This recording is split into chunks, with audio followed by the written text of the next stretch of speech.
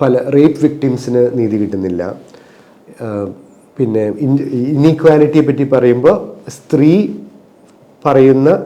സ്ത്രീയുടെ വാക്കിന് പുരുഷൻ്റെ വാക്കിൻ്റെ അത്ര വിലയില്ല കോടതിയിൽ, ഇസ്ലാമിക കോടതിയിൽ എന്നുള്ള ആരോപണങ്ങളുണ്ട്. അതിൽ എനിക്ക് ആദ്യത്തേത് ഒരു താത്വികമായൊരു വിഷയമായിട്ടാണ് തോന്നിയത്. അതായത് ഇസ്ലാമിക് ശരിയ നടക്കുന്ന നാടുകളിൽ അങ്ങനെ ഇഷ്യൂകൾ ഉണ്ടായിട്ടുണ്ടോ എന്നുള്ളത് പരിശോധിക്കണം. നമ്മളെ താത്വികമായി പറയുമ്പോൾ അല്ല, അതിൻ്റെ ഒരു തലം എന്താണെന്ന് ചോദിച്ചാൽ, ഇപ്പോൾ ഒരു റേപ്പ് ബലാത്സംഗം ഉണ്ടായാൽ, ബലാത്സംഗം എന്ന് മാത്രമല്ല ഇസ്ലാമിൽ ആ ഒരു തലം ഒന്നുകൂടി വിശാലമാണ്.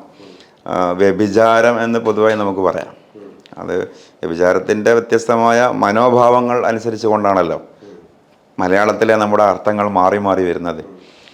അപ്പോൾ അങ്ങനെ ഒരു ഏത് വിഷയമായാലും, അത് വാണിജ്യാടിസ്ഥാനത്തിലുള്ള കാര്യമായാലും, ഇനി ഇങ്ങനെ സമ്മതമില്ലാതെയുള്ള പീഡനങ്ങളായാലും, എങ്ങനെയായാലും അതിന് സാക്ഷികൾ വേണമെന്ന് പറയുന്നതിൻ്റെ ഒരർത്ഥം, ഒന്ന് മറിച്ചുമുള്ള മിസ്യൂസിങ് ഉണ്ടാവാതിരിക്കുക, മറ്റൊന്ന് ആത്യന്തികമായ നീതി ഇസ്ലാമിൽ ഇവിടെയുള്ള കോടതികൾ ആയിരിക്കില്ല എന്നുള്ള വളരെ പ്രധാനപ്പെട്ട ഒരു തലമുണ്ട്. ഈ പീഡനമേൽക്കേണ്ടി വന്ന കുട്ടിയുടെ അല്ലെങ്കിൽ പീഡിപ്പിച്ച വ്യക്തിയുടെ പൂർണ്ണമായ അതിൻ്റെ ന്യായവശങ്ങൾ ഒരിക്കലും മനുഷ്യർക്ക് തെളിയിക്കാനോ കണ്ടെത്താനോ കഴിയില്ല. അതിനപ്പുറമുള്ള തലം ദൈവികമായ കോടതിയിൽ നിന്നായിരിക്കും, പരലോകത്തിൽ നിന്നായിരിക്കും രക്ഷയും ശിക്ഷയും എന്നുള്ളതാണ് അതിൻ്റെ ആത്യന്തികത. രണ്ടാമത്തേത്, ഇത്ര സാക്ഷികൾ ഉണ്ടായിരിക്കണമെന്ന് പറയുന്നത്, ഒന്ന്, നമ്മുടെ ഈ പുതിയ ചർച്ചയിൽ തന്നെ നമുക്ക് വ്യക്തികളെ ഒഴിവാക്കാം. കേരളത്തിൽ പുരുഷാവകാശ കമ്മീഷൻ കൊണ്ടുവരണം എന്ന് പറയുന്ന ചർച്ചയൊക്കെ സജീവമായി വരുന്നൊരു കാലമാണ്. കഴിഞ്ഞ 2-3 മാസത്തിൻ്റെ ഉള്ളിൽ ആ ചർച്ച വളരെ സജീവമായി വന്നു. ലോകാടിസ്ഥാനത്തിൽ ഏത് പെണ്ണിനും ഇപ്പോൾ ഉണ്ടല്ലോ ഹാഷ് മീ ടു ടാഗ്. ആദ്യം കൂടെ നിന്ന് കാര്യം നേടിയിട്ട് ഇനി ഊറ്റാൻ കഴിയില്ല എന്ന് ബോധ്യപ്പെടുമ്പോൾ സമൂഹത്തിൻ്റെ മുമ്പിൽ വന്നുകൊണ്ട് പുരുഷന്മാരെ പ്രതികളാക്കുന്ന സിസ്റ്റം, ഒരിക്കലും സ്ത്രീകളെ താഴ്ത്തിയതല്ല, ആ ഒരു സിസ്റ്റം ഇവിടെ തീർച്ചയായിട്ടും ഉണ്ട്. അപ്പോൾ അത്തരത്തിലുള്ള ഒരു കാര്യം സമൂഹം ഇന്നാണ് ഗൗരവത്തിൽ ചിന്തിക്കുന്നത്. അതിനും ഒരു തലം ഉണ്ടാവരുത്. ഒരു സ്പർശനത്തിൻ്റെ പേരിലോ ഒരു വാക്കുപയോഗിച്ചതിൻ്റെ പേരിലോ ഇത് ബലാത്സംഗമാണ് അല്ലെങ്കിൽ വേശ്യാവൃത്തിയാണ്, വ്യഭിചാരമാണ് എന്ന് പറയുന്ന തരത്തിൽ സ്ഥാപിക്കപ്പെട്ടുകൂടാ. നമ്മളിന്ന് ഒരു ന്യൂസ് റിപ്പോർട്ടിങ്ങിൻ്റെ ഒരു സ്വഭാവം, പീഡനം എന്നൊരു വാക്ക് മാത്രം എടുത്തു നോക്കൂ. ഒരിക്കലും റേപ്പിനെ ഞാൻ ചെറുതാക്കുകയല്ല. ഒരുപക്ഷെ ഇതിനെ അങ്ങനെ വായിക്കുന്നവരോ കേൾക്കുന്നവരോ ഉണ്ടെങ്കിൽ ഞാൻ ഇപ്പോഴേ തിരുത്തുകയാണ്. റേപ്പിനെ ചെറുതാക്കുകയല്ല. അതേസമയം നമ്മളതിൻ്റെ ഒരു റിപ്പോർട്ടിങ് അതിനെ വളരെ അതിൻ്റെ ഒരു സെൻസ് പുറത്ത് വരുന്നത് പീഡനം എന്ന വാക്കിൻ്റെ അർത്ഥം ലൈംഗികമായ ഒരു അർത്ഥത്തിലേക്കാണ് പോകുന്നത്. അതേസമയം ഇസ്ലാമിൽ അതിന് ഓരോന്നിനും ഓരോരോ ശിക്ഷയാണ്. സമ്മതമില്ലാതെ ടച്ച് ചെയ്താൽ വകുപ്പ് വേറെയാണ്, അശ്ലീല വാക്കുപയോഗിച്ചാൽ വേറെയാണ്, അതിൽ ഈ സെക്ഷൽ ഇൻ്റർകോഴ്സ് ആണെങ്കിൽ അതിന് വേറെയാണ്. കഠിനമായ വകുപ്പാണ് ബലാത്സംഗത്തിനുള്ളത്. ഒരു കാരണവശാലും വിട്ടുവീഴ്ചയില്ല. തെളിയിക്കപ്പെട്ടാൽ ജീവൻ പോകുന്ന വിഷയമാണ്. അല്ലാതെ ഇത് 2 കൊല്ലം തടവും ഫൈൻ്റെയും വിഷയമല്ല. അപ്പോൾ ഇസ്ലാമിൻ്റെ നമ്മൾ പീനൽ കോഡ് ചെക്ക് ചെയ്യുമ്പോൾ ഇത് ഒരു മനുഷ്യൻ്റെ ജീവിതവുമായി ബന്ധപ്പെട്ട വിഷയമല്ലേ. നമ്മുടെ ഈ നാട്ടിലൊക്കെ നടക്കുന്ന റിപ്പോർട്ട് ചെയ്യപ്പെടുന്ന ഇത്തരം വിഷയങ്ങളിൽ പ്രതികൾ വിലസുന്നു. നമ്മളതുകൂടി ചെക്ക് ചെയ്യണം.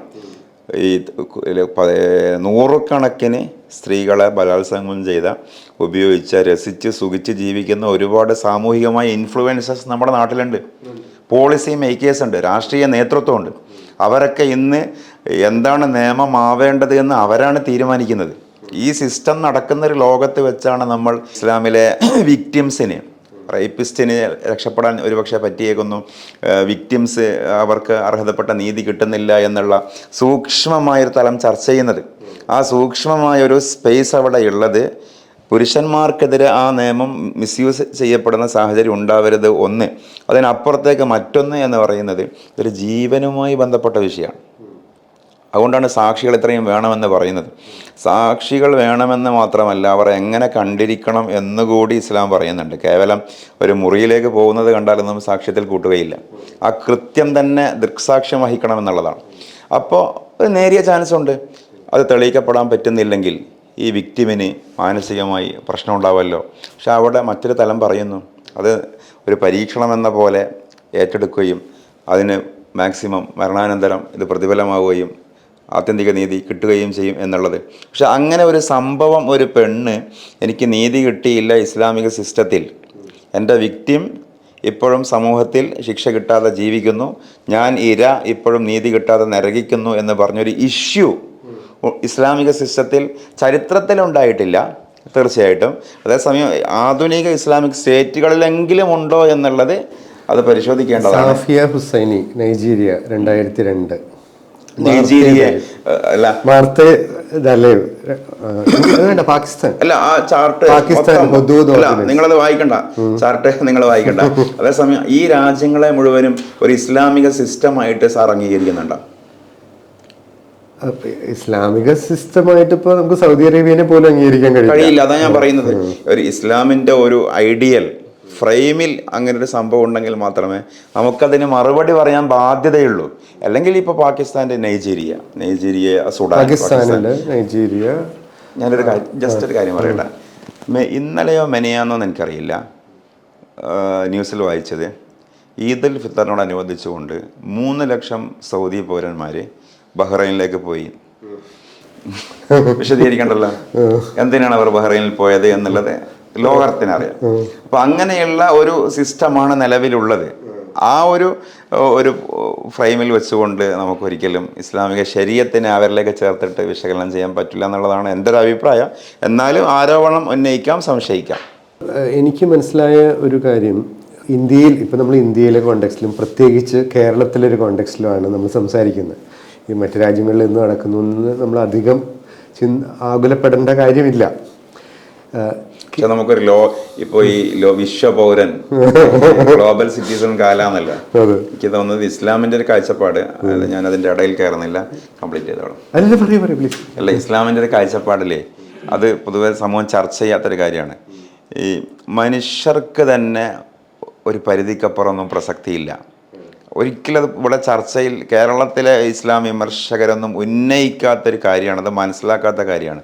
ഇസ്ലാമിൻ്റെ കാഴ്ചപ്പാടിൽ നക്ഷത്രങ്ങൾ, സസ്യങ്ങൾ, മൃഗങ്ങൾ, സൂക്ഷ്മമായ തലങ്ങൾ, മാക്രോ ആൻഡ് മൈക്രോ എല്ലാ അസ്തിത്വങ്ങളും സൃഷ്ടാവിനെ വണങ്ങി വിശ്വസിക്കുന്ന, നിലകൊള്ളുന്ന അടിമകൾ എന്നുള്ളൊരു കൺസെപ്റ്റാണ്.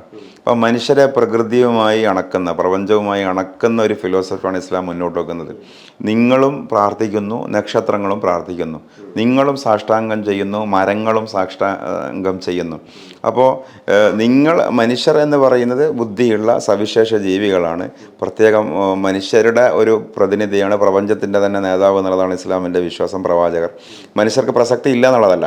അതേസമയം മനുഷ്യരെ മാത്രം പരിപാലിച്ച് മനുഷ്യരുടെ കർമ്മങ്ങളൊക്കെ വിലയിരുത്തി എന്നിട്ട് അതിന് രക്ഷയും ശിക്ഷയും കൊടുക്കുന്ന മനുഷ്യൻ്റെ ഒരു മാസ്റ്ററല്ല ഇസ്ലാമിലെ അള്ളാഹു. പ്രപഞ്ച സൃഷ്ടാവാണ്. നമ്മൾ ദിവസവും പ്രാർത്ഥിക്കുന്ന അടിസ്ഥാനപരമായ സൂറത്തുൽ ഫാത്തിഹയിലെ ഒരു വാക്ക് തന്നെ റബ്ബുൽ ആലമീൻ എന്നുള്ളതാണ്, പ്രപഞ്ചങ്ങളുടെ സൃഷ്ടാവ്. അപ്പോൾ ഞാൻ നേരത്തെ ഇസ്ലാം മാത്രം എന്നുള്ളൊരു വാക്ക് വരാതെ സൂക്ഷിക്കുകയാണ്. മൊത്തം നമ്മൾ ഈ പ്രപഞ്ച വീക്ഷണങ്ങളെ വിലയിരുത്തി നോക്കിയാൽ ഇസ്ലാമിൻ്റെ ഒരു അഴക് എന്ന് പറയുന്നത് നമ്മളെയും പ്രപഞ്ചത്തെയും ഒരു മാലയിൽ കോർക്കുന്നു എന്നുള്ളതാണ്. ഇപ്പോൾ നമ്മളും തെങ്ങും ഒരു വിഷയത്തിലെങ്കിലും ഒന്നാവണ്ടേ? ഏത് വിഷയത്തിലാണ് ഒന്നാവുന്നത് വെച്ചാൽ തെങ്ങിനും നമുക്കും ഒരു സൃഷ്ടാവാണ്, ഒരു നാഥനാണുള്ളത് എന്നൊരു കൺസെപ്റ്റ് ഖുർആൻ മുന്നോട്ട് പോകുന്നു. ഇപ്പോൾ ഈ